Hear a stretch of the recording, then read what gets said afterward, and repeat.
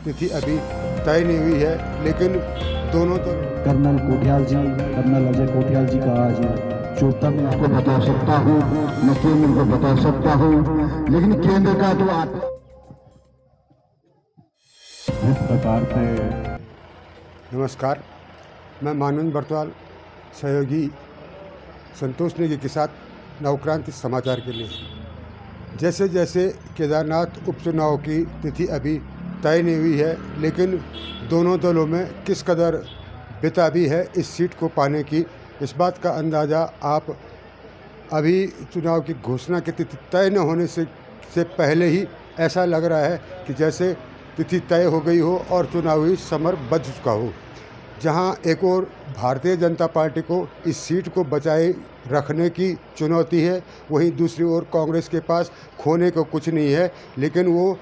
बद्रीनाथ की जीत का पुनरावृत्ति यहाँ करना चाहती है। दूसरी ओर देखें, भारतीय जनता पार्टी में जिस तरफ से प्रभारी मंत्रियों का यहाँ तांता लगा हुआ है, विधायकों का यहाँ तांता लगा हुआ है, उसको देखते हुए ये लग रहा है कि भारतीय जनता पार्टी अपनी पूरी चुनावी ताकत पहले से झोंकना चाह रही है। लेकिन दूसरा पहलू यह भी है कि जैसे कुलदीप रावत भारतीय जनता पार्टी में सदस्य हैं, उनकी ताबड़तोड़ संवाद यात्राएँ हैं, वहीं दूसरी ओर कर्नल कोठियाल जो भाजपा के सदस्य हैं, वो भी ताबड़तोड़ बैठकें कर रहे हैं। मुझे जैसे कि लोगों ने बताया है या सुधी मतदाता जहां तक कह पा रहे हैं कि उनका दोनों का अपना अपना दावा पुख्ता करने का ये जरिया है। आइए चले, आज यहाँ पे चोपता में कर्नल कोठियाल की बैठक आयोजित की गई है, उस बैठक को मैं आपको दिखाता हूँ। कर्नल कोठियाल जी, कर्नल अजय कोठियाल जी का आज चोपता में आगमन हुआ है। मैं पूरे तला नागपुर क्षेत्र की ओर से आपका बहुत बहुत स्वागत करता हूं, अभिनंदन करता हूं। एक बार जोरदार तालियों से कर्नल अजय कोठियाल जी का स्वागत करेंगे। हमारे बीच में, हमारे मध्य में बैठे हैं बहुत ही हमारे यहाँ के वरिष्ठ समाज सेवी आदरणीय जगदम्बा प्रसाद बेंजवाल जी, हमारे सेना से retire captain Dalvir Singh Rana ji, captain जीत सिंह मेवाल जी, हमारे यहाँ पर जिला पंचायत सदस्य के प्रतिनिधि बड़े भाई साहब पूर्व मंडल महामंत्री रहे लक्ष्मण बर्तवाल जी, हमारे श्रीमान कुंवर करासी जी, दिलबर नेगी जी, गुमान सिंह जी, हमारे वरिष्ठ कार्यकर्ता सतवीर जग्गी जी, कुंवर सिंह नेगी जी,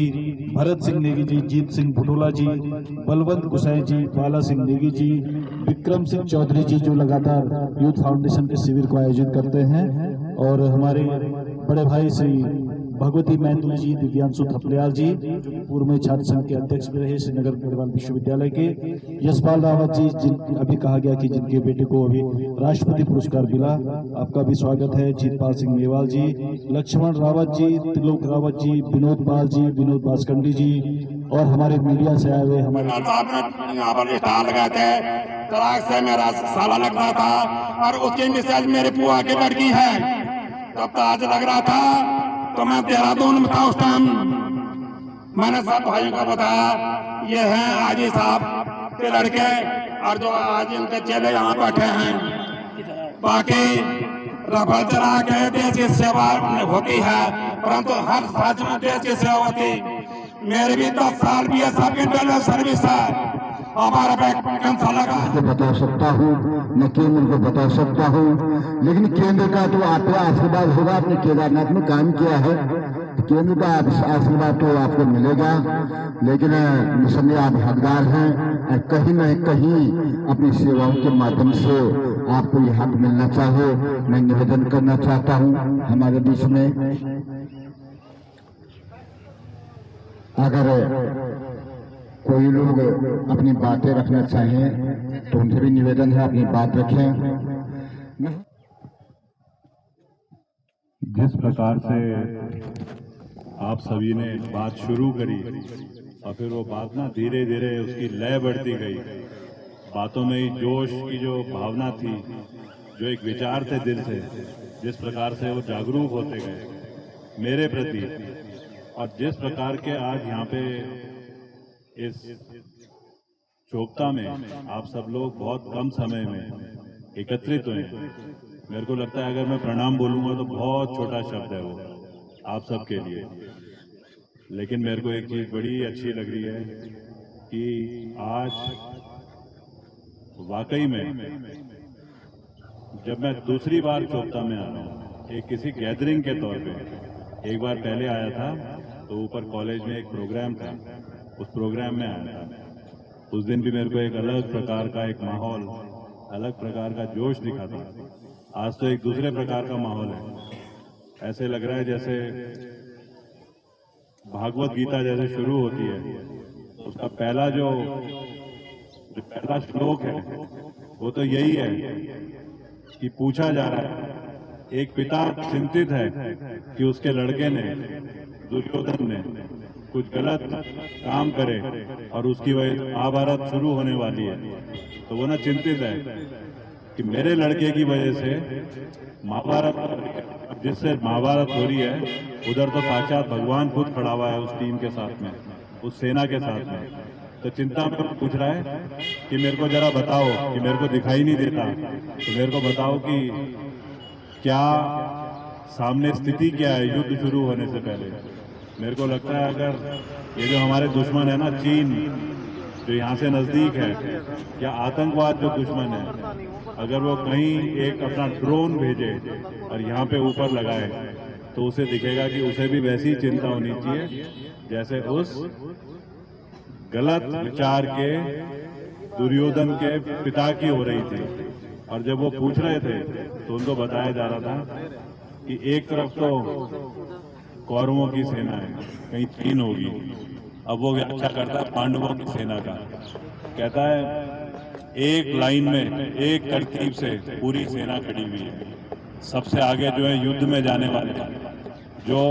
महारथी हैं उनके खाली पांव देख लो, सबके पांव की एक लाइन में आगे पीछे बिल्कुल नहीं है। मेरे को दिख रहा है ये जो सामने लड़के बैठे हुए हैं जो आने वाले समय में इंडियन आर्मी में जाएंगे,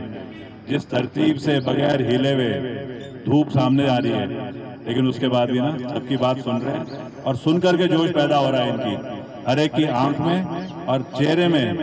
जैसे जैसे बात हो रही है ना, रिफ्लेक्शन दिख रहा है अलग प्रकार से मेरे को दिख रहा है। उसके बाद में जब ये युद्ध में जाते हैं तो इनको गाइड करने वाले जिस ऑर्गेनाइजेशन में ये जाएंगे उनके पुराने पूर्व सैनिक एक साइड में बैठे हुए हैं कि पूरा का पूरा पीछे से मार्गदर्शन करेंगे, एक्सपीरियंस देंगे और गाइड करेंगे कि तुम्हें ट्रेन कैसे होना चाहिए, तैयारी कैसे करनी चाहिए, और उसके बाद में अगर नौबत आए तो सर्वोच्च बलिदान कैसे देना चाहिए, उसका तुम्हारे अंदर जज्बा कैसे हो। तो दूसरी सेना रिटायर्ड की यहाँ बैठी हुई है, उन रिटायर्ड के बीच में कहीं शिक्षा, जिसे हम कहते हैं कि जब तक एक बचपन से शिक्षा अच्छी नहीं होगी तो कैसे हम आगे जाकर के अच्छा कर पाएंगे या हमें समझ आएगी, वो व्यक्तित्व के लोग बैठे हैं। मेरे को दिख रहा है बाएं तरफ माताएं बैठी हैं जो कहती हैं, जिन्होंने एक बार मेरे को कभी उदाहरण देकर के दिया था। एक माता जिनका लड़का जब कश्मीर में शहीद हुआ था तो मैं उनके घर में गया था, तो उस माता ने क्या करा था, मैं दरवाजे से अंदर घुसता हूँ उनके ड्राइंग रूम में, तो मेरे को बड़ी चिंता थी कि ये लड़का जो हमारे यूथ फाउंडेशन कैंप से शहीद हुआ है, मैं उसकी माँ को कैसे देखूंगा, कैसे उसकी आंख से आंख मिलाऊंगा। उस महिला ने मेरी ना इतनी आसान कर दी चीज, अंदर घुसा मैं तो वो महिला मेरी आंखों में देख रही है और उसका देखने का मकसद एक है कि क्या ये कर्नल जब अंदर घुस रहा है तो अंदर घुसने के बाद सामने दीवार पे जो मेरे लड़के का चित्र लगा है शहीद होने के बाद, जिसपे मैंने माला लगा रखी है, क्या ये कर्नल उस चित्र को देख पा रहा है। और मैं ऐसे ही देखते देखते ना, जब मेरे को लगा वो कुछ दिखाना चाह रही है अपने इशारों से, और जब मैंने उस आंख की तरफ देखा, जब मैंने वो चित्र की तरफ देखा, तो उस महिला की आंखों में ना गर्व था। और तब उन्होंने मेरे को एक चीज बोली, कहती है कर्नल मेरा एक और लड़का है, तेरे कैंप में भेज रही हूँ, उसे भी ट्रेन करना, उसे भी जाकर के उसी जगह भेजना जहाँ पे मेरा लड़का गया था। मेरे लड़के का ही नहीं, पूरे देश का बदला लेगा उन दुश्मनों से